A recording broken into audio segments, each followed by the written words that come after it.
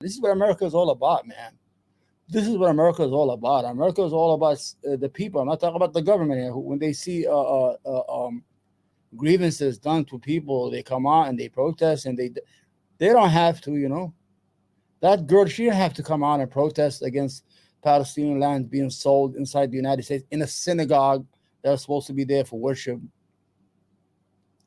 They don't have to come out, but they do come out because these are good-hearted people, and I appreciate them. As an Arab American and as an Arab, I appreciate these people.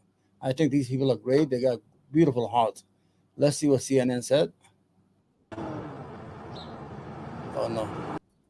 Where's CNN? No, they didn't. Is it CNN? Yeah. Prompted LA's mayor to beef up security. Okay. Okay, I think this is CNN, right? Yeah, it is CNN. And I gotta fix this up. Today I'm not organized, right? I am not organized. Yeah, oh my God. All right, let's listen to this. This is a CNN report. They did tell some truth to it. They did say that it was, but they did not say who started the fight. At houses of worship around the city. Let's discuss with CNN senior political commentator and former Obama administration official Van Jones. Now, Van Jones, mind you, he's a sellout. He got $100 million from Jeff Bezos from Amazon. I don't know for what. And remember when that crisis started, he went to the pro-Israel rally and he gave away his speech. This guy is a fucking sellout, man. Look at him. He's going to come in there because he knows he's been prepared. They call him Jones. Yeah, you got to go on CNN. You got to earn that money, man. You got to earn that money, Van. Go ahead, earn it. Great to see you. I'm curious to get your reaction to these scenes playing out, not just in Los Angeles, but we've seen similar ones across the country. Well, look, this is unacceptable. As a father who's actually trying to raise my children in Los Angeles, I want to just applaud Mayor Bass, Governor Newsom. He's framing it as if it's a danger to him and his children. You have to listen, people, ladies and gentlemen. You have to always listen to what they're saying. You understand? These people are equipped. He's ready. He got the trigger on his lips to shoot. Go ahead, brother. And President Biden for speaking up about this. Listen, if you don't like what's happening in Gaza, it's your right to protest. That's not a problem. But you protest a policy. You don't protest a people. When you protest a policy, you go to City Hall and you protest. You go to the Israeli consulate peacefully. You protest. They were protesting the sale of land inside the synagogue. They didn't go in. They didn't trespass. They didn't do nothing. Until the same gang that came, that attacked the student at UCLA and other places, that paid by Jerry Seinfeld's wife and other rich Zionist Jews who are paying these groups to attack anti-Israeli protests, to create this havoc and demonize them and like mix everything up. Then the average American, when they walk here, like, what are they doing over there? Look at them. Are they attacking those synagogues? Oh my gosh. They're attacking the synagogue. Can you see them?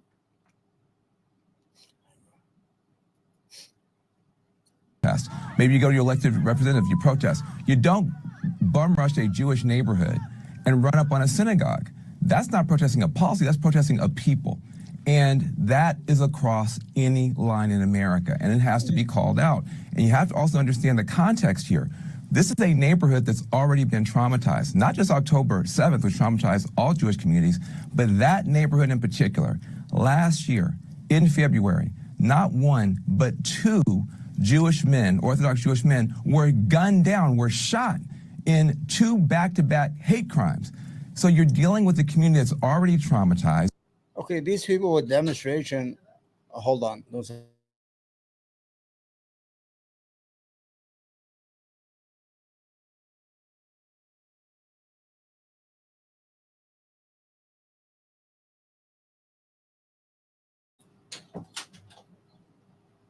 all right, let him talk. Shut off that blue light, man. Look.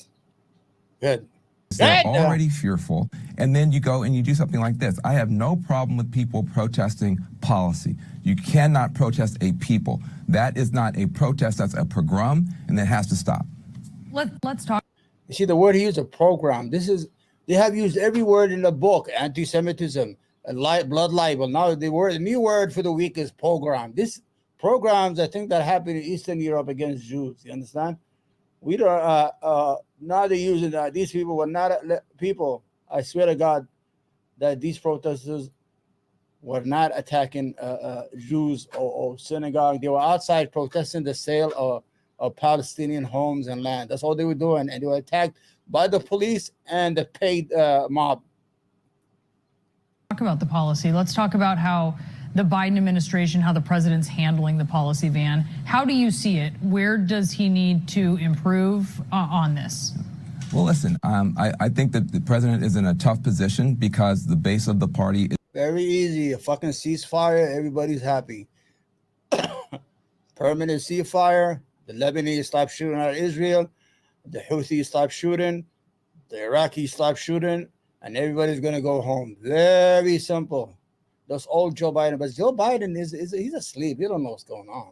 Is very concerned about these images that we keep seeing from Gaza, and he wants to take a strong stand on behalf of human rights for everybody. That's Joe Biden. At the same time, I think it's a little bit naive for some people to think that if Israel would suddenly stop doing what it's doing, that rainbows and bunnies and sunshine would break out over the Middle East and it would all be, be fine. The hostages have to be returned. If you can call for a ceasefire on both sides. Okay. See, this piece of shit is lying. Van Jones is a sellout. Not only is he a sellout to black people, he's a sellout to all Americans. He's a sellout. He got $100 million from Jeff Bezos. For what? Joe Bezos of Amazon. For what? What is this guy doing to deserve a $100 million grant? What are you doing? So the whole idea right now, he's saying, well, this is the same talking points that the Zionist or the Jewish media here has been using. The pro-Jewish Zionist media has been using is, when you say the word Jews, everybody fucking, American Jews, man. I'm an Arab. If you say Arab, I'm not screeching. The same talking points. Oh, we got to release the hostages and have a ceasefire. They have declared 2 ceasefires by the United Nations Security Council, and Israel refused. And the United States voted for it. Biden came in there and he stretched his balls and he tried to pretend that he's a man. And he said, well, we have a 3-phase plan for a ceasefire. Netanyahu gave him the middle finger. And America has no say in the Middle East. All you have to do is you keep on bringing us those big bombs and those rockets so we could kill these. We got to finish them. We need more bombs. We need more bombs. Hurry up. That's what he went on TV. He said, we need more bombs. For what? 2,000 bombs for what? To kill kids?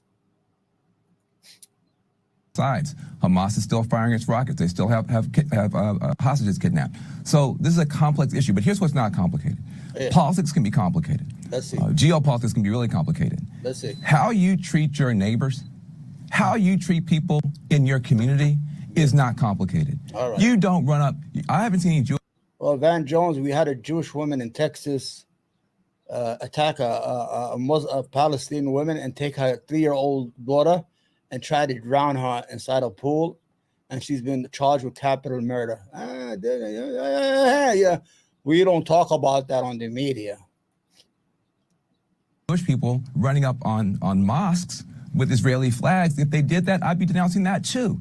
Yeah, but we're not selling Israeli homes and Jewish homes inside of a mosque. You understand? And we already had a lot of protesters outside our mosque. Certain things you don't do. It is a red line. If you want to be a part of a protest and they say, we're going to go to a Jewish community center, we're going to go to a mosque, we're going to go to the question you have to ask, Van Jones, is what was the synagogue doing? They didn't just pick the synagogue because of the hatred of Jews or they wanted to scare Jews. The idea that they was, the framework here is to play to the victim card. The Jews is always the victim, whether he's attacking or being attacked. This is what it is. It's called the ultimate victim mentality, or traumatized by, I don't know, the Holocaust, whatever you want to say. So the whole idea is these people did not pick these synagogues because there was some hatred or they wanted to attack. They protested outside these 2 synagogues because they had an auction going on. An auction. Imagine an auction, selling property that is 6,000 miles away. That doesn't belong to you. You could say inside Tel Aviv, there's a proper Israel. If you were selling houses and homes inside Tel Aviv or Haifa or what is independent Israel or is sovereign Israel, it's okay. You could, but when you're selling land of people being killed and ejected from their home, you are a piece of shit, and you deserve no respect. And they have the right to protest because you turn the synagogue into an auction block. It is no longer a place of worship when you turn it, like Jesus said, stop defiling my temple. Stop. He stopped the money changers and the commercials, and people were selling and buying inside God's house. I read it to you in the Bible, in the Christian Bible. These people were doing the same thing.